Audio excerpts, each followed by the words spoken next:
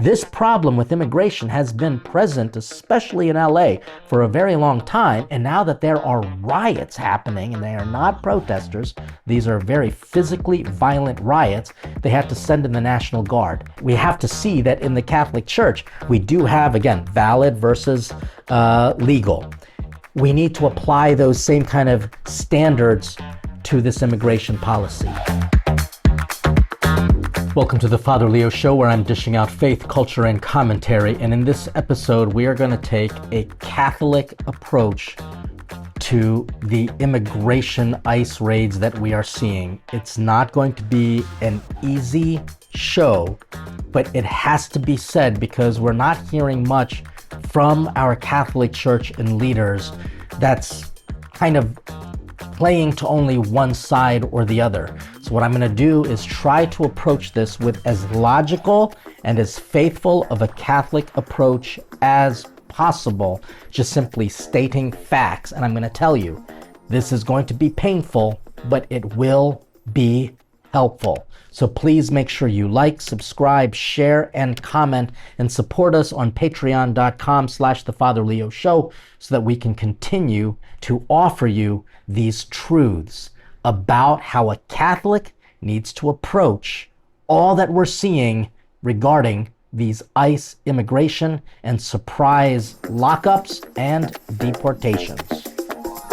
So I want to just start off with a video clip to help paint a scenario. Then I'm going to go through some things that we need to understand and then things we need to do. So I'm trying to organize our thought processes here. Again, I'm going to set a stage and then I'm going to look at things we need to understand and accept as truth. And then we need to put our thoughts into actions. So this is a news story that will certainly encapsulate what we're going through as a nation. As you can imagine, tensions high tonight in Los Angeles after the latest ICE raid. This is video captured just in the last hour as protesters there continue to face off with authorities. And this comes as raids are ramping up nationwide. Jen Sullivan has details on what happened there in LA and the growing concerns over deportations across the country. Tear gas and flashbangs tossed at crowds protesting immigration raids in Los Angeles Friday evening. Police issued a citywide alert nearly hours afterwards, declaring protests across the downtown unlawful assembly. In this video captured of the incident, you can see protesters pushing back against authorities in riot gear. There's people running, screaming everywhere that ICE was here. The protest happened hours after multiple people were arrested during a series of immigration and custom enforcement sweeps across the city, prompting fear and anger in many. We ran because one of the persons said ICE in Spanish, so that's how basically the one that scattered. The U.S. Attorney for the Central District of California posting this on X, saying in part, "Let me be clear. I don't care who you are, if you impede federal agents, you will be arrested and prosecuted. No one has the right to assault, obstruct, or interfere with federal authorities carrying out their duties." This is just the latest incident as ICE raids ramp up across the country as the Trump administration cracks down on illegal immigration. One of the more high-profile deportation cases involves Kilmore Abrego Garcia, a Maryland man mistakenly deported to El Salvador in March. He's now back in the U.S., but is facing federal charges for allegedly transporting undocumented immigrants in the U.S. for financial gain. An attorney for Abrego Garcia said his client should appear in immigration court, not criminal court. I'm Jen Sullivan reporting. So you see how in LA County, this is becoming quite the scene of law enforcement agents, ICE officials, trying to do their job and encountering people who want to impede them from doing their job. So first, I think here are some truths that are going to be hard to accept. We need to respect a country's sovereignty. You might be a citizen and you vote for officials. Those officials create laws. Those laws must be enforced. If America does not have laws, then we are not a nation. If we are not with borders, we are not a nation. Every country in this world requires documentation before you enter into it. When I lived in Italy, I was required to get a soggiorno di permesso, basically a permission from the Italian government to live there for a few years. I travel extensively. I cannot go anywhere in this world without going through customs, passport control, border officials asking me questions.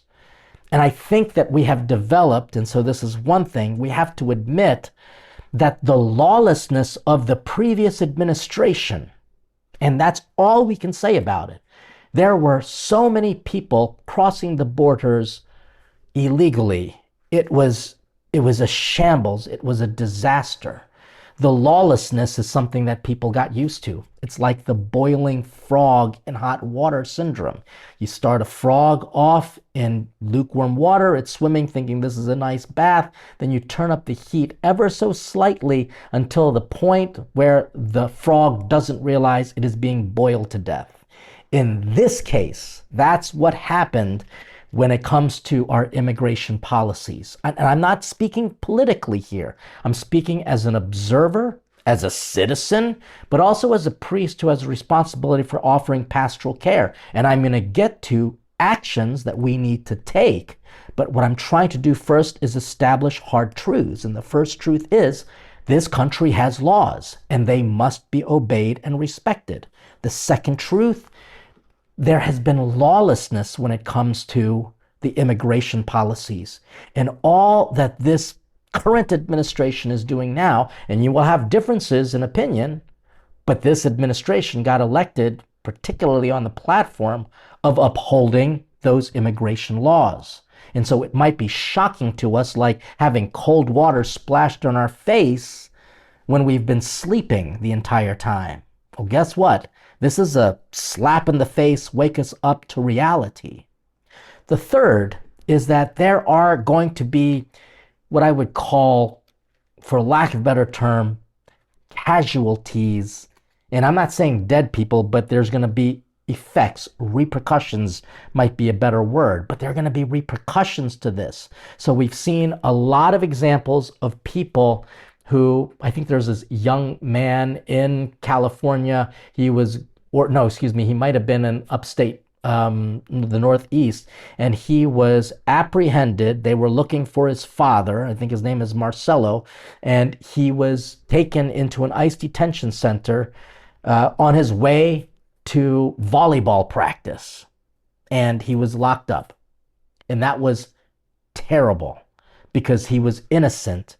Even though he was innocent, he committed no crimes, but he was undocumented. So he was in this country without the proper paperwork. That's a repercussion. Nobody likes that, but that's what the law requires. And apparently he came as a child to this country, so he didn't know what was going on. But it's also the parents' responsibility to follow through. And I think some parents who have come to this country illegally have thought, I can get away with this. But I'm sorry, that's not fair to you, your children, or to this country. So here's another hard truth. We want this country to be what we claim it to be. And here's the argument that I hear often, and this is where people get an idea that reparations should be made for blacks because whites enslaved blacks, even though blacks also enslaved blacks. Filipinos have enslaved Filipinos. So I think one of the problems that we are encountering right now is not only are we facing the repercussions of following the law, we're getting emotionally connected to people and using our emotions as a way to circumvent the law. And also, I think we're living a little bit in an antiquated mentality. Let me explain. Some people will claim, especially people from South America, and I make no castigations whatsoever. I think people in South America are amazing people. In South America, that means south of the United States, there are going to be some who will enter into the United States and they will claim that the United States stole our land. This is actually Mexico, and New Mexico, that's a state in the United States, is actually not new. It's part of the old Mexico. Okay, I get it. History is ugly. This is another reality that we've got to accept. You weren't part of that history. You were not there. You were not existent at that time. Since that time, America and South America, they did engage in sometimes bloody war with each other, and they had to stake their territory and therefore created a border between the United States of America and South America. That's just the reality. It is no different that when someone in the LGBTQIA plus community wants to paint a flag in the gayborhood and say, only gay people live here, you're not allowed to talk about Jesus Christ or criticize transgender ideology in this part because our flag is there. It's the same reality. You can't live at a time when you say, but America was at one point part of South America. Well, we know that. But guess what? It is now a different country. You cannot be emotionally connected to people's stories only, or emotionally connected to a certain period of time. That's not living in reality. Here's another reality and a hard truth we've got to understand. That people who are doing law enforcement, the majority of them are good people. Some of them are bad actors. In the same way, some of the people in these protests, my God, I'm starting to sound like a certain president during the Charlottesville riots. He said, there are good people on both sides. And it's true. There are people who are protesting that are very good people. But there are also people who are inciting violence and riots. There are bad people. But I can say, and I can say this with a certain conviction,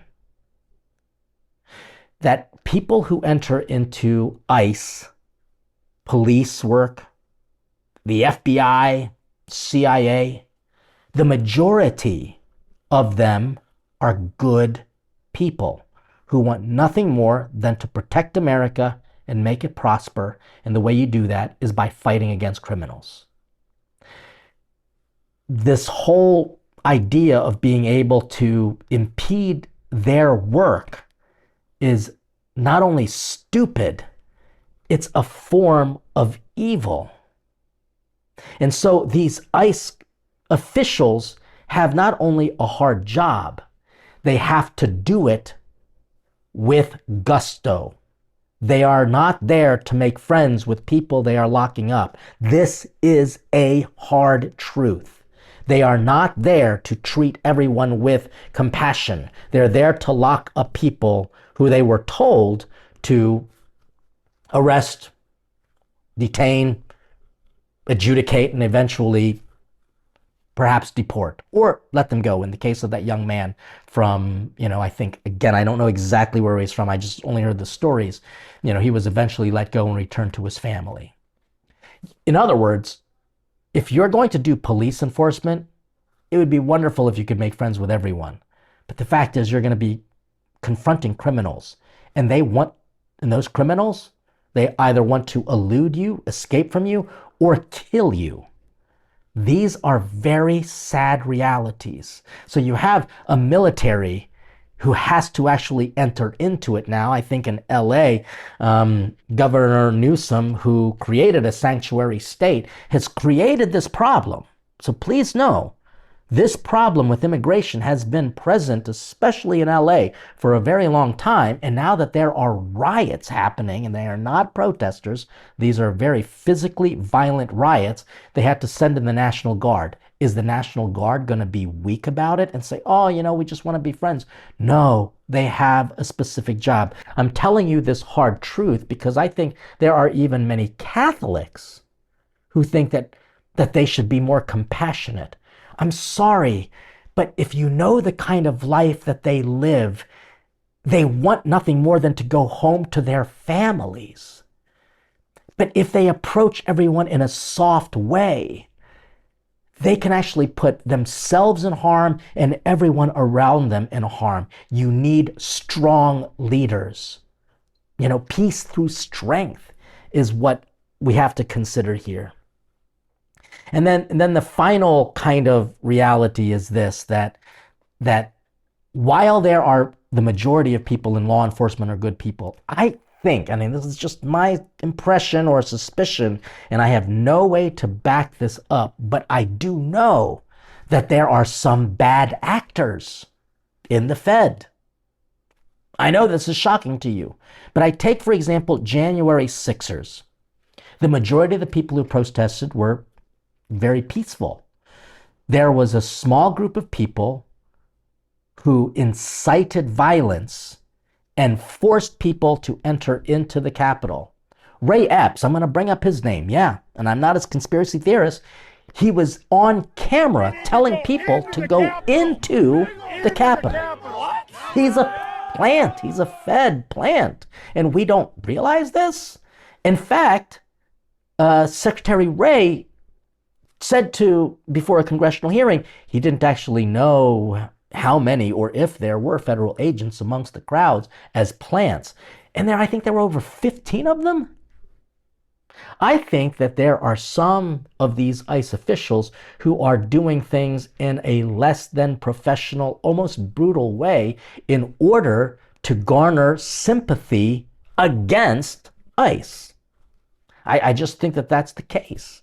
They're like double agents, so to speak, trying to create situations where they are not handling things well or being a little bit more violent, being a little bit more pushy, only to give a bad impression.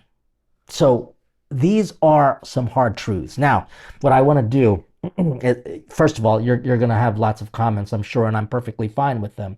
But I just think that we have to admit that this is a political debate.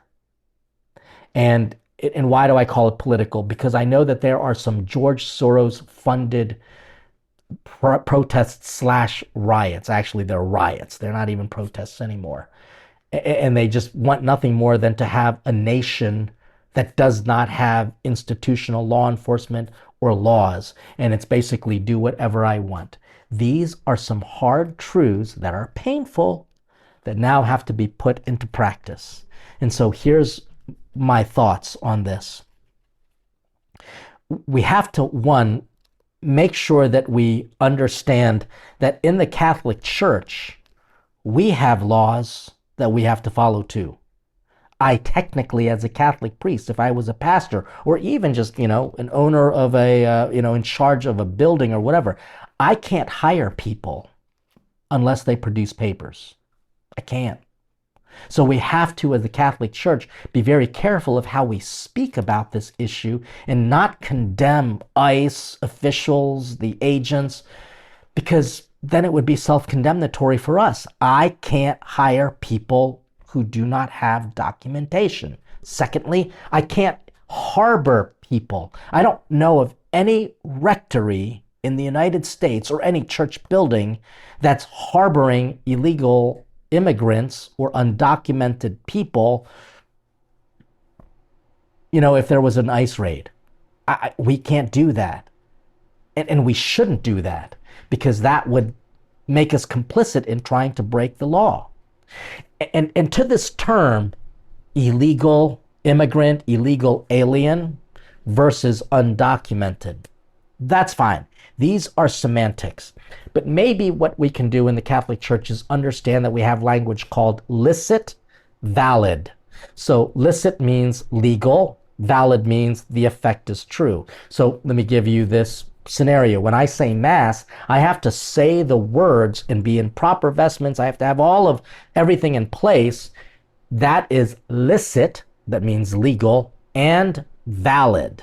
That means It is the Blessed Sacrament, it is now the Eucharist. Once I pray over that bread and wine in the words that I've been given, it's licit and valid. If I were to make up some of the words of the Eucharistic prayer, but I say the official words, this is my body given up for you, this is my blood, do this in memory of me, that sacrament would be valid, but it wouldn't be licit. It wouldn't be legal. It wouldn't be appropriate. We in the Catholic Church have to make that distinction when it comes to these immigration policies. The immigration policies are legal. They are very legal. And in many cases, these laws are also valid. And just because an ICE official arrests someone mistakenly, it's still a valid response to the illicit activity. Because we have to see that in the Catholic Church, we do have, again, valid versus legal. We need to apply those same kind of standards to this immigration policy. Those people who come to this country illegally are still valid people, and we got to care for them. But we also have to recognize that this is illegal. And you have to make the decision if you want to break the law. That's going to be up to you. But here's another thing that we've got to consider. And this is just activity for me, like actions. We have to not only encourage people to follow the law, we also cannot demonize the other people. And that happens all the time. People are now starting to hate law enforcement agents. Law enforcement agents cannot, and I don't think they do, but they cannot demonize people who are here illegally. You're not allowed to do that in the Catholic Church because they are still valid people. They are here. No matter what their status might be, we got to care for them, but still follow the law. And so I'm going to just suggest that you pray for ICE officials and federal agents. And I also ask you to pray for people who are here illegally or are undocumented. We still have to care for them. So you can see I'm affecting both sides. The left, I'm challenging you to pray for people who are trying to follow the law, for people on the right who might not be compassionate to immigrants. And that's just so not true. That's such a horrible presumption, because I know many people who are very conservative or are very caring for immigrants. But if people presume that conservatives are not caring about immigrants, then I'm just going to say it for the purpose of this video. Then if you don't care for immigrants, you need to pray for them.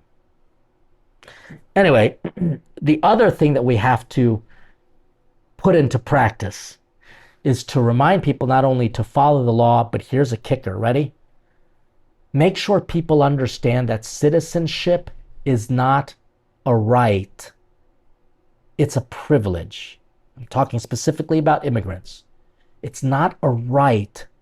It's a privilege. I can tell you this because my aunt, who has been living with us for several years, had taken forever. I mean, she didn't do this on her own, but the process was so lengthy that she eventually just recently became an American citizen. And what a glorious day it was for her. But she waited because she was forced to wait, because the system has been so broken that so many people who came here illegally just kept pushing back her, so to speak, number to appear. And so she sees her citizenship to the United States as a great privilege, not a right. And then the final thing is, and I'm going to say this to everyone, I don't care if you're a priest, a deacon, a parishioner, or even someone in the hierarchy, please do not say that these laws of law enforcement are going to ruin our economy, because now who's going to take care of the crops? Who's going to wash our dishes? Who's going to clean our toilets? Please, I just pray to God, and I'm speaking as a brown person, someone who is an immigrant. Do not think that immigrants are here to do your dirty menial work. That is so racially charged. I'm begging you, I'm begging the Catholic Church, please do not use that logic. That kind of thinking is insulting. My dad did not come to America to do menial labor. He's a doctor, but he did menial labor also. I am a Catholic priest and a professional chef. But guess what? I also wash dishes and mop the floor and clean the toilets at my restaurant. In other words, please, let's stop using this argument of the entitled, elitist, soft, passive-aggressive, prejudicial people and suggest that immigrants are here. If we don't welcome them, then who's going to pick our strawberries? Who's going to clean our toilets? Who's going to clean our streets? I just ask you to get that kind of thought process out of your head, because it is a form of racism, whether you know it or not. And I'm offering this to you because I care about this situation. My heart breaks for what's happening in this country and around the world when it comes to the immigration. But I can only tell you that in the news that we're seeing now, it is politically motivated to incite more division between people coming into this country illegally and those who have the responsibility to uphold the laws about this country's immigration and border control. So finally, I will say this, that the most important thing we can do, and I know people are going to say, is Jesus was illegal too when he went to Egypt. No, he wasn't. He was part of the Roman Empire. And so he escaped Herod trying to kill recently born baby boys. So let's be careful with how we're trying to use the scriptures to push for a kind of like a mass blanket approval for anyone in this country without papers. It's not fair. And again, I'm trying to not be political about this because I care for immigrants. By the way, folks, I am one. And I'm proud of my heritage and ethnic origin. And I do fly that flag. But I also am incredibly grateful for the privilege and therefore responsibility to be an American. And I wave that flag proudly as well. And so I'm trying to give you a pastoral approach to this difficult topic, and I hope this helps. Please make sure you like, subscribe, share, comment, let me know your thoughts. I know that this is a challenging thing, and I know people, as soon as I offer something challenging, I'll get messages and saying, I'm unsubscribing to your channel because you said something that I don't like. Well, tell me where I said something wrong, and maybe we can discuss it. The second thing is, for those who are members of our Patreon community, let me use this opportunity to tell you thank you for all your support. I cannot do a show like this without you because I need a staff to help me run this show. So I can't thank you enough for supporting me and my team. And we want to grow this. And one of the ways we want to grow this is by possibly even having some live shows where people can call in. But in the meantime, between now and the time we can do that, that is a goal. Make sure, for Patreon members particularly, send me your comments and questions because I'm going to have a show dedicated specifically to answering your questions. So thank you for watching. God bless you for your support and your engagement. And as always, stay hungry for the truth, stay hungry for God, and may God bless our country in these challenging times.